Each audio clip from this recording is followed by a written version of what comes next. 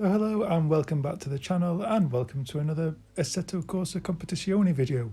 In this video we're going to be looking at screen resolution and wheel lag, an issue that seems to be throwing this game off a little bit regarding the force feedback. So we're just going to be looking at whether changing the resolution has actually made any impact on the force feedback feeling through the wheel, and whether it's causing less lag at a lower resolution or not. Something I really thought might make a difference. And in all fairness, having set a couple of laps, moving from 1440p down to 1080p, I thought made a little bit of a difference as regards to lap time. It just seemed a tiny bit more responsive, but it could be just me, but it could be something worth looking at, I think, if you're running, especially on a 4K telly, or you're outputting at 4K through your Xbox or your PS4, try just outputting at 1080p. So as you can see in the video there as well, I'm still having issues connecting my wheel to the game and having to power down my wheel as soon as the game sort of starts, really, and sort of reconnect it. As someone did mention, scrubbing any bindings that you've set and allowing the wheel to reconnect sort of for the first time, and that would make a difference. Now I've tried that and it doesn't make a difference. I just ended up rebinding my keys, but something that I have spent a bit of time looking at is when the wheel is connected, it allows you to go into the steering lock section to set your steering ratio or your dynamic range of movement, or something that someone else mentioned the other day. But yeah, I found a better way of doing this so that you're not having to actually go into the game and start it. You'll know whether your wheel is connected to the game or not. But we'll have a look at that in just a second. But just looking here at 1440p resolution, you can see quite clearly that there is so much delay. And later on in this video, I'll really slow this down, and we can see, using the little race clock behind the wheel, just how much delay there is.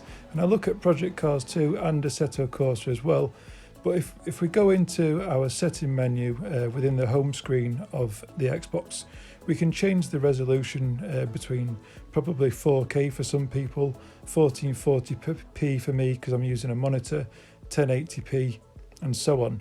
But if you go in the main menu there, you've just been into the options menu, and you could see straight away that the steering ratio has a 0 figure in it.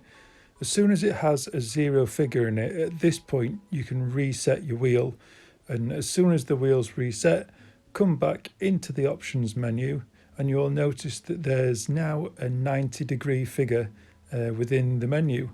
So that you know that your wheel is definitely connected, and you can continue to set your steering ratio, and you'll know full well when you start the game the wheel is now connected. So as soon as that's connected, we've gone into a hot lap, and someone mentioned, how do you do setups? Now as soon as you come into the setup menu, you'll notice on the bottom of the screen that if you press the Y button, you can either save or load, pressing the RB button, your setups. It's as simple as that, really. You make an adjustment, press the Y button, and you either save or load your setup. It's as simple as that.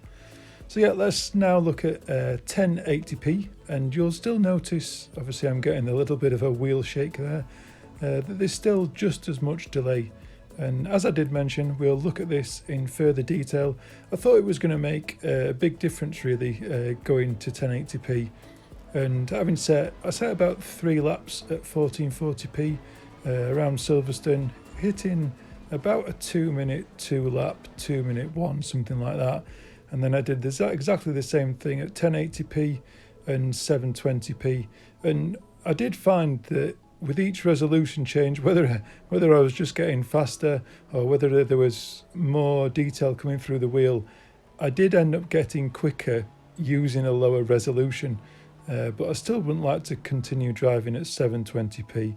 So let's have a look at this slow-mo stuff. Let's properly slow it down. So just using the race clock on the dash, you'll notice as I start moving my hands, just look for what figure is on the clock as I move my hands.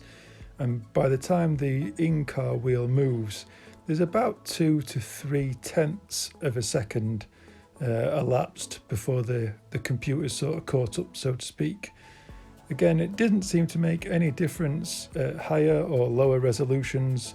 The delay is still the same, but whether more details actually coming through the wheel with a lower resolution, I couldn't say 100%, but I did feel I was able to set a faster lap using 1080p resolution through the Xbox. Obviously, you see moving to Project Cars 2 here, the delay is literally a tenth of a second, just over a tenth of a second, and slowing that down, it's so evident how much quicker the information's getting transferred into the game. And again, we'll move to Assetto Corsa.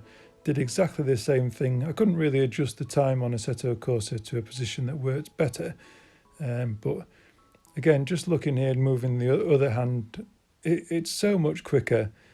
Literally, as you've moved a tenth of a second, it's a blink of an eye, really. But even I think Assetto Corsa is even faster, to be honest. It seems like it's even, I know that it doesn't go down to thousandths of a second, but I still think it's even faster on Assetto Corsa. So it's definitely a little bit of a way to go for Competizione to catch up with its lag, and I think that'll solve a lot of the issues with the force feedback. I have spent a bit of time trying to get a good combination, and I'll show that in a few seconds, but yeah, it does seem to be lagging quite a lot, and that's what's making the force feedback problems, I think. So yeah, I've spent quite a bit of time having a look at these settings now, just to try and get some use out of this game before it gets patched. So let's just have a little look at the firmware that I'm running on my wheel. So it's 639, 18 and 30. So going through all the settings on the wheel, I'm using the sensation set to 480 or 420, I think work perfectly fine. 180 force feedback, shock off, ABS set at 60, drift to -1, brake force off, effects set to 10, and a constant MPS, whatever that is. So in game, we're going to be looking at the controls. So yeah, steering lock set to 420 or 480 on there, the gain set at 80 and the road effects to 30. Everything else is off, and I would spend a little bit of time just looking down in the bottom right hand corner of the screen at the FF, and if you're going over big bumps and stuff, it's going to light up to red every now and then, which isn't an issue, but you really don't want it lighting up red all the time. But yeah, just play around with the road effects. You might want to lower those down a little bit, play around with the effects on the wheel, but just, I think, keep the gain at about 80. So if you increase the gain, say up to 90, I'd decrease the force feedback on the wheel to say 160 or something like that. But just try and keep an eye on the left hand side of the, or the right hand side of the screen, the bottom right at the FF symbol that's usually flashing away whilst you're driving around. So yeah, that's it for the video, guys. I hope that's useful. Obviously there's a lot of stuff going on behind the scenes with the developers trying to solve all these issues, and hopefully we'll all be enjoying the game pretty soon. But I have managed to have a couple of good races online, really clean racing as well, and really competitive racing. So yeah, just persevere with it, guys, at the moment. Thanks for watching. If you haven't yet subscribed, please do hit that bell icon, hit the subscribe button, leave a comment in the comments section. It's really interesting to see what people's thoughts are about the game and its current state as it is, and all the issues that we're all having.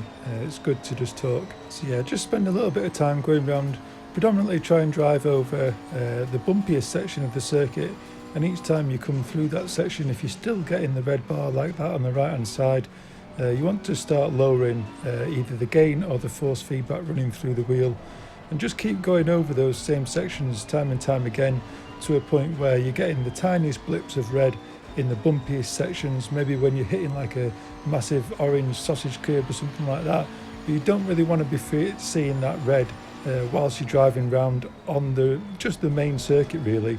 It's good for bumps and stuff, but you don't really want to be seeing that in the red whilst you're driving around. So just continually adjusting your force feedback to the point where you're not getting red spikes like that in the bottom right hand corner. It should be grey all the time, apart from when you're hitting curbs and, you know, serious bumps on the circuit.